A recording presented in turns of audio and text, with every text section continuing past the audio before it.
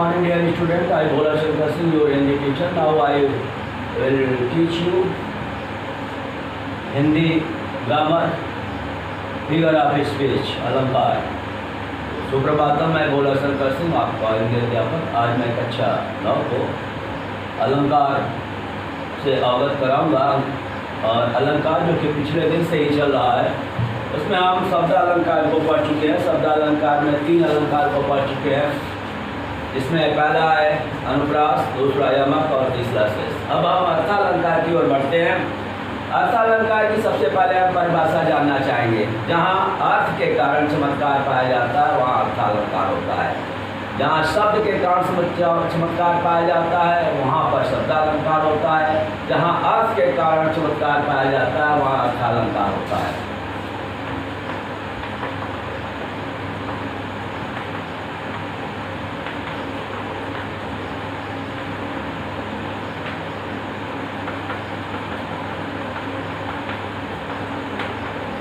वहाँ अर्थालंकार होता है।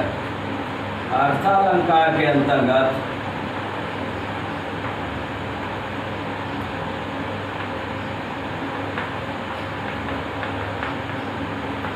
उपमा,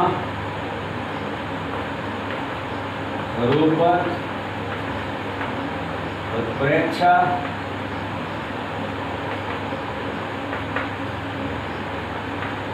अतिशयोक्ति, मानवीकरण, इन अलंकारों को आपको मुख्य रूप से पढ़ना है। तो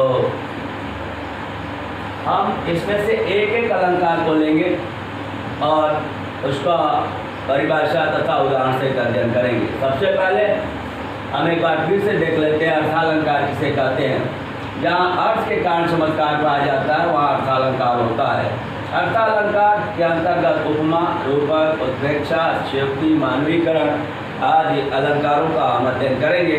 तो सबसे पहले हम चलते हैं उपमा अलंकार की ओर।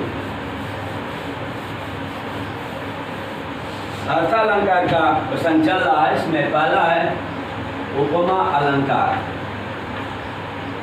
उपमा अलंकार या उपमा अलंकार। तो उपमा साधर्म उपमा वेदे, यहाँ पर साधर्म समानता के आधार पर दो विभिन्न वस्तुओं के बीच में तुलना की जाए वहाँ उपमा अलंकार होता है। तो इसकी परिभाषा हम इस प्रकार लिख सकते हैं। जहाँ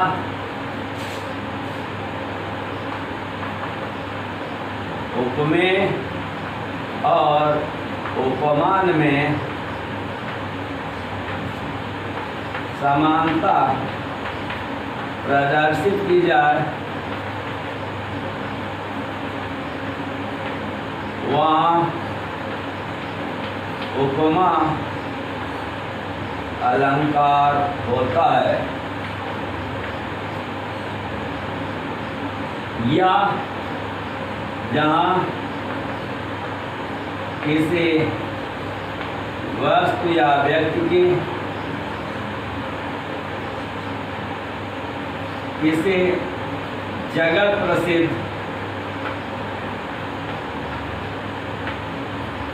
किसी वस्तु या व्यक्ति से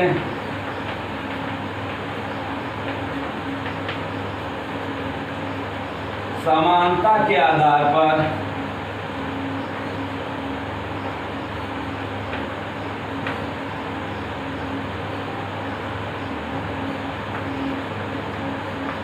तुलना की जाए वहाँ उपमा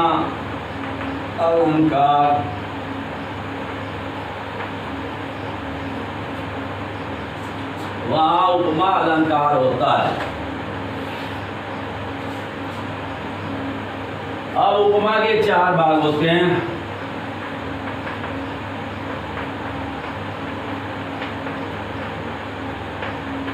पहला उपमेय, इसको हम कहते हैं प्रस्तुत जिसकी तुलना की जाए, जिसकी तुलना की जाए। दूसरा है उपमान, इसको कहते हैं अप्रस्तुत, जिससे तुलना की जाए।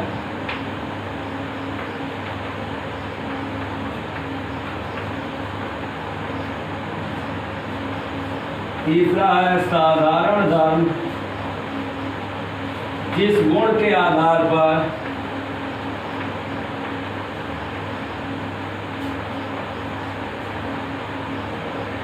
उपमेय एवं उपमान में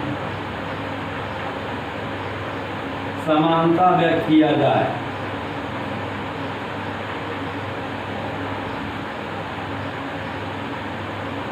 तो तीन हो गए। उपमेय प्रस्तुत होता है जिसकी तुलना की जाती है, उपमान जो अप्रस्तुत होता है जिससे तुलना की जाती है, साधारण धर्म इस गुण के आधार पर उपमेय और उपमान में समानता व्यक्त की जाती है। इसके बाद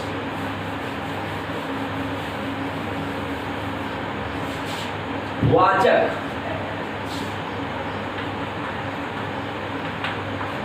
जिस शब्द से उपमेय एवं उपमान में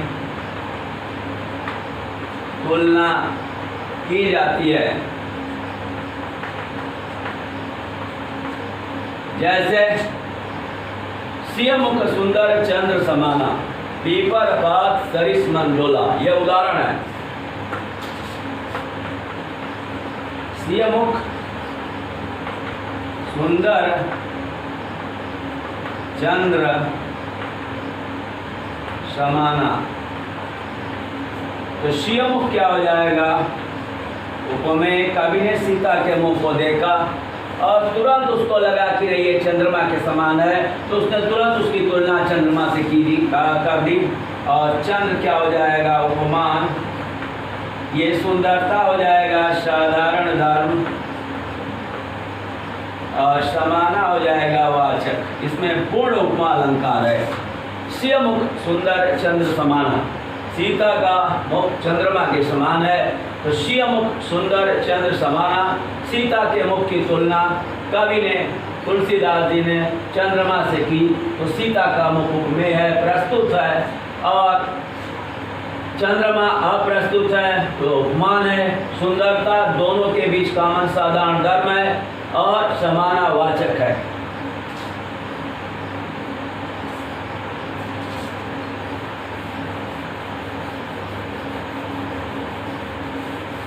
दूसरा उदाहरण हम लेते हैं, पीपर पात सरिस मंडोला।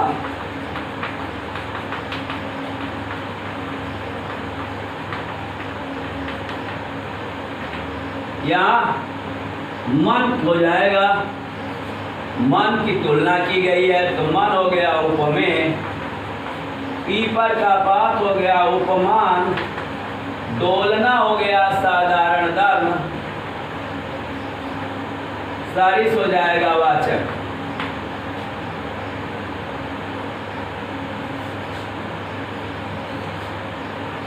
तीसरा है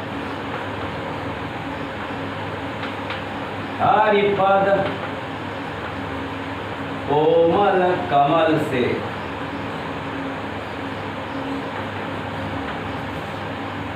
कोमल कमल से, हरिपद ये भगवान का चरण, ये हो जाएगा उपमेय, कमल हो जाएगा उपमान, कोमल हो जाएगा साधारण धर्म, से हो जाएगा वाचक। मैंने आपको 2-3 उदाहरण देकर के समझाया। पहला, सियमुख सुंदर चंद्र समाना, इसमें सीता का मुख क्या है? उपमेय, चंद्र उपमान, सुंदरता साधारण धर्म, समाना वाचक। और इसी प्रकार से दूसरा, पीपर पात सरिस मंडोला, इसमें मन क्या है? उपमेय, पीपर का पत्ता क्या है? उपमान, डोलना साधारण धर्म, सरिस वाचक है। और तीसरा उदाहरण है हरिपद कोमल कमल से। तो हरिपद भगवान का चरण, ये उपमेय है, कमल क्या है? उपमान है, और कोमलता क्या है? साधारण धर्म और श्रेयवाचक है। इस प्रकार ये उपमा अलंकार समाप्त होता है। अब हम दूसरे अलंकार की ओर बढ़ते हैं, रूपक अलंकार।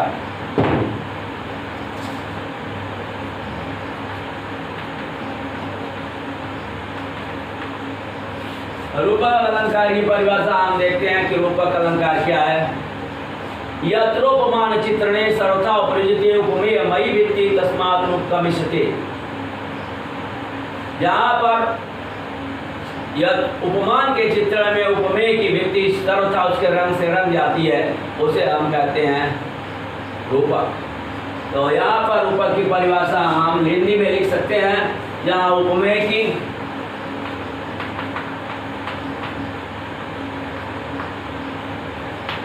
उपमान के साथ अभेद नहीं होगा, अभेद आरोप हो, वहाँ रूपक अलंकार होता है।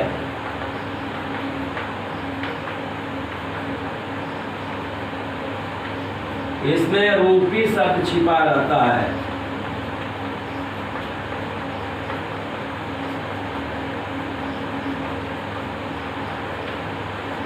जहाँ उपमेय की उपमान के साथ अभेद आरोपों वहाँ रूपक अलंकार होता है, इसमें रूपी शब्द छिपा रहता है। तो यहाँ हम देखते हैं उदाहरण। पहला, माया दीपक नर पतंग। यह कबीरदास जी का साखी है, माया रूपी दीपक और नर रूपी पतंग। इसका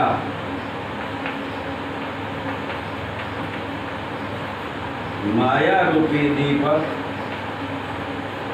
एवं नर रूपी पतंग।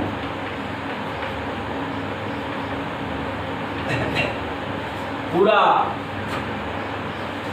ये दुआ इस प्रकार है कि माया दीपक नर पतंग भ्रम भ्रम इवै पड़न कबीर गुरु ज्ञान थे एक आध उपरन। कबीरदास जी कहते हैं कि माया रूपी दीपक में नर रूपी पतंग जो होता है कि बार बार आखते हैं, जैसे पतंगा दीपक के सामने आता है जल जाता है, उसी तरह मनुष्य भी देखते हैं कि सभी लोग माया में पड़ करके ईश्वर को भूल करके इस संसार में बार बार जन्म ले रहे हैं, मर रहे हैं, लेकिन फिर भी मनुष्य उस माया रूपी दीपक के पास पहुंच जाता है और जल करके नष्ट हो जाता है। कबीरदास जी कहते हैं कि गुरु के ज्ञान से एकाध ऐसे व्यक्ति हैं जो इससे उबर पाते हैं।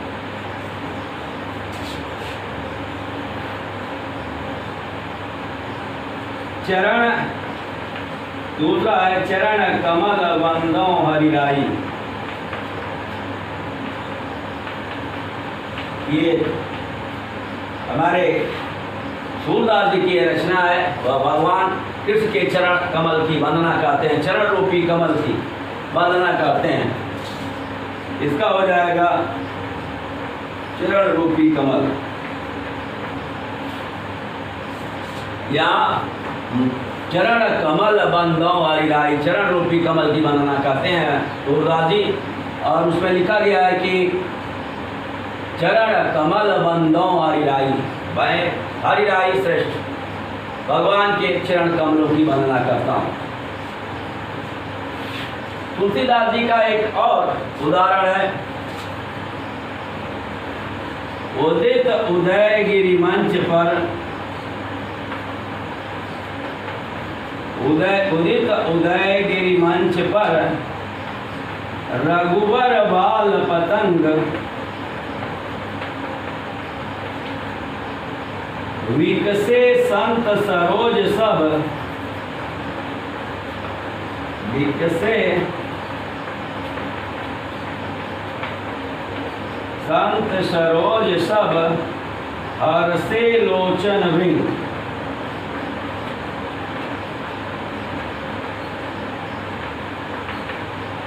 तो उदित उदयगिरि मंच पर रघुबर बाल पतंग विकसे संत सरोज सब हर्षे लोचन भृंग। यहाँ पर उदय रूपी गिरि मंच पर रघुबर बाल पतंग बाल सूर्य, भगवान राम रूपी बाल सूर्य विकसे संत सरोज, संत रूपी कमल विकसित हो गए और हर्षे लोचन नेत्र रूपी भौरे विकसित हो गए। इसके चारों पे चरण में रूपक अलंकार है। उदय गिरिमंच, उदय रूपी गिरिमंच पर, उदयाचल पर बाल पतंग बाल सूर्य, रघुबर बाल पतंग भगवान राम रूपी बाल सूर्य, संत सरोज विकसे संत रूपी कमल विकसित हो गए, हर्षे लोचन नेत्र रूपी भौरे प्रसन्न हो गए, विकसित हो गए। तो ये रहा आपका रूपक अलंकार।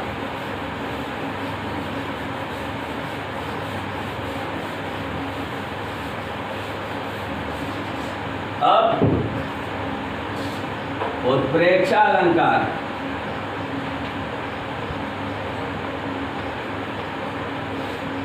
संभावनोत्प्रेक्षा से, जहाँ पे संभावना व्यक्त की जाती है उपमेय और उपमान में, वहाँ पर उत्प्रेक्षा अलंकार होता है। और इसकी हिंदी में हम परिभाषा देख सकते हैं कि उपमेय और उपमान में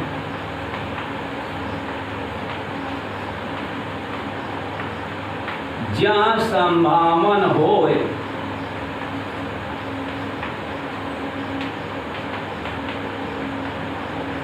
वस्तु हेतु फल युक्त कहत उत्प्रेक्षा है सोय। या एक कविता के माध्यम से हम इसके परिभाषा को परिभाषित कर रहे हैं। उपमेय और उपमान में जहाँ संभावन होए वस्तु हेतु फल युक्त कहत उत्प्रेक्षा है सोय। जहाँ उपमेय की उपमान में संभावना व्यक्त की जाती है वहाँ उत्प्रेक्षा अलंकार होता है।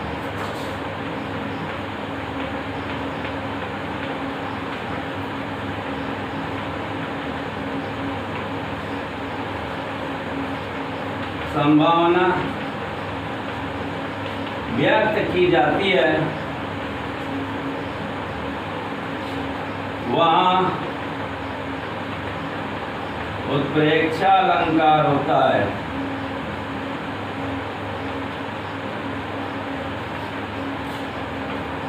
इसमें मन, मनहु, जानहु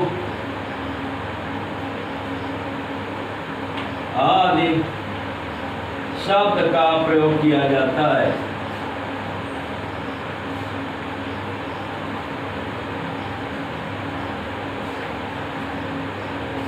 मन, मनव, मानव, जानव आदि शब्द का प्रयोग किया जाता है। और उत्प्रेक्षा अलंकार तीन प्रकार के होते हैं: वस्तु, हेतु, फल।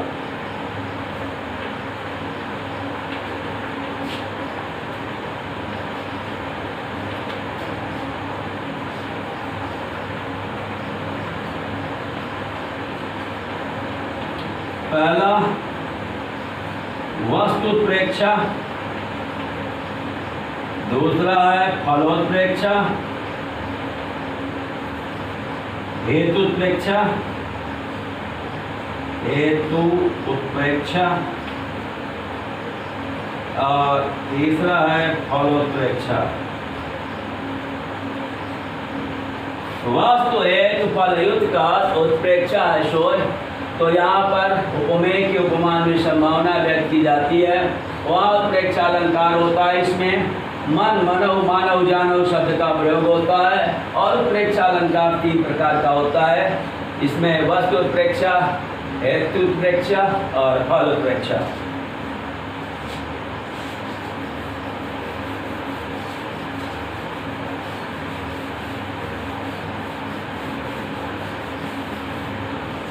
अब हम उत्प्रेक्षा का उदाहरण लेते हैं।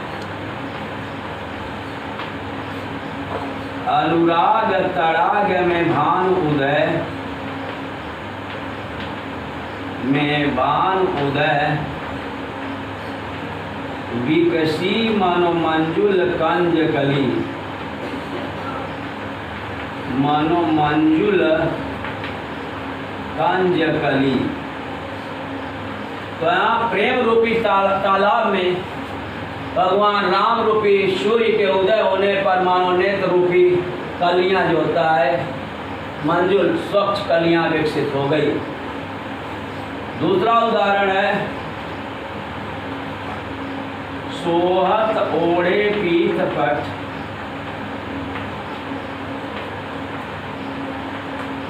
श्याम सलोने गात, मानव नीलमणि शैल पर आतप पर्यो प्रभात। यहाँ भगवान के पीताम्बर ओढ़े हुए हैं और उनका सलोना सुंदर श्याम शरीर है। ऐसा मालूम होता है कि मानो नीलमणि पर प्रातःकालीन सूर्य की किरणें पड़ी हो। इसका स्पष्टीकरण भगवान श्री कृष्ण के नीले शरीर में नीलमणि के पर्वत की संभावना व्यक्त की गई है।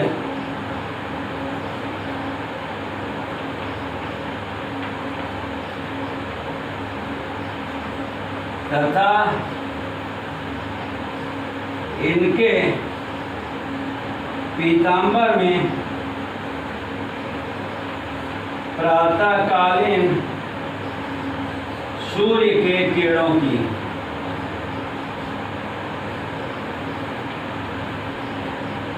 ये रहा उत्प्रेक्षा अलंकार। तो उत्प्रेक्षा अलंकार का उदाहरण अनुराग तडाग में भानु उदय विकसी मनोक मंजुल कंज कली। तो प्रेम रूपी सरोवर में अनुराग माने प्रेम, तडाग सरोवर में प्रेम रूपी तालाब में इसमें रूपक भी है। और भान उदय भगवान राम रूपी सूर्य के उदय हो जाने पर विकसी मनो मंजुल कंज कली, मानो जो होता है कि मंजुल स्वच्छ कंज कमल की कलियां खिल गई। लोग भगवान राम बनपथ पे जा रहे थे और उनको जो पूर्ववासी थे वह ईट तक निहार रहे थे। ऐसा मालूम होता था कि प्रेम रूपी सरोवर में भगवान सूर्य के उदय होने पर कमल की कलियां खिल गई। वो सब ईट तक जो था उनको देख रहे थे। सोवत ओढ़े पीत पट श्याम सलोने गात, मनव नीलमणि शैल पर आतप पर्यो प्रभात। तो इसमें भगवान कृष्ण सुंदर के श्यामले शरीर पर पीताम्बर ओढ़े हुए थे। ऐसा मालूम होता था कि नीलमणि के शैल पर, नीले मणि के पर्वत पर प्रातःकालीन सूर्य की किरणें पड़ी। तो भगवान कृष्ण के सांवले शरीर में नीले मणि की पहाड़ की संभावना व्यक्त की गई है और उनके पीताम्बर में प्रातःकालीन सूर्य की संभावना व्यक्त की गई है। तो ये जो बाय अनुप्रास, ये उपमा, रूपक और उत्प्रेक्षा। एक और अलंकार अतिशयोक्ति, जल्दी से अतिशयोक्ति, जहाँ पर किसी वस्तु का वर्णन बढ़ा चढ़ा करके किया जाता है जिसमें कार्य कारण का संबंध नहीं होता है, वहाँ अतिशयोक्ति अलंकार होती है। जैसे वस्तु या व्यक्ति का वर्णन बढ़ा चढ़ाकर किया जाता है, जहाँ कार्य एवं कारण में उचित संबंध नहीं दिखाई देता।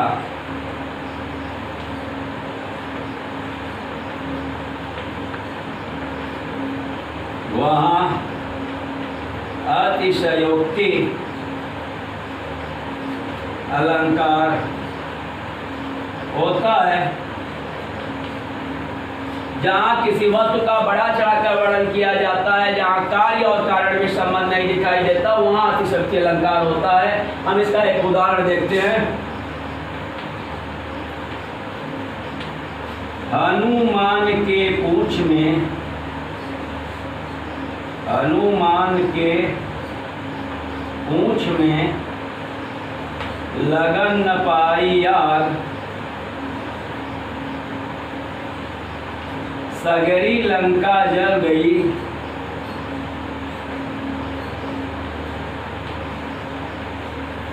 गए निशाचर भाग। तो हनुमान जी पूंछ में आग लगी ही नहीं, सारी लंका भी जल गई और राक्षस भी भाग गए, तो इसमें कार्य कारण का उचित संबंध नहीं दिखाई देता, इसलिए इसमें अतिशयोक्ति अलंकार है। दूसरा, भूप सहस 10 एक ही बारा, लगे उठावन करई न तारा।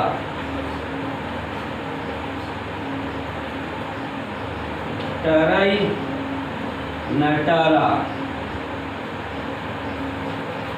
तो एक धनुष जो शिव का धनुष था पिनाक, उसको भूप सहस 10 एक ही बारा, लगे उठावन टरई तारा। 10,000 राजा एक साथ उठाने लगे, फिर भी वह जो होता हिला तक नहीं। तो इसमें भी अतिशयोक्ति अलंकार है।